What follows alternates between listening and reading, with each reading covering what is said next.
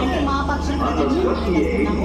అంటే ఇక్కడ ఉన్నటువంటి పరిస్థితుల్లో మీ నియోజకవర్గంలో బండా అభ్యర్థి బండా సత్యనారాయణరావు గారు అండ్ గాజు అసలే లేదు. గాజు ప్రచారంలో ఉంది. దీన్ని బట్టి మీ ఒపీనియన్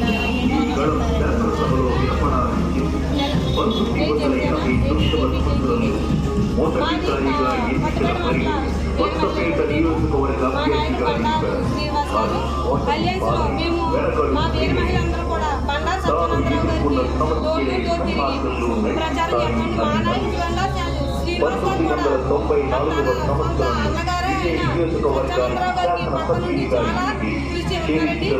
ఈ మోసపూరిత రాజకీయం బండా సత్యనారాయణరావు గారికి జిల్లా దిగిరెడ్డి గారు అనే ఒక వ్యక్తి మోసపూరిత రాజకీయం చేయడం కోసం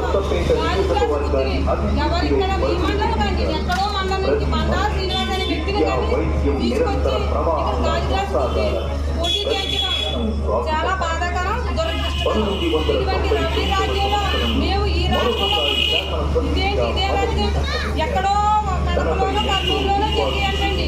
ఈ విచిత్రమంత ఆంధ్రప్రదేశ్లోని ఈ రౌడీ రాజ్యం వచ్చేసింది. మా నాయకుడు బండా శ్రీనివాస్ గారు ఈ గాజు గ్లాస్ గుర్తు అనేది మనకు లేదండి. ఓన్లీ టీడీపీ అలయన్స్ లో టీడీపీ పార్టీ సత్యానందరావు గారికి ఇచ్చారు. ఆయన హయాంలో మేమంతా కృషి చేద్దండి. మా పార్టీ నుంచి మా నాయకులే కూడా గాజు గ్లాస్ గుర్తులే ఎలా ఉంటుంది మేడం గారు, మీరే శాంపుల్ తీసుకోండి.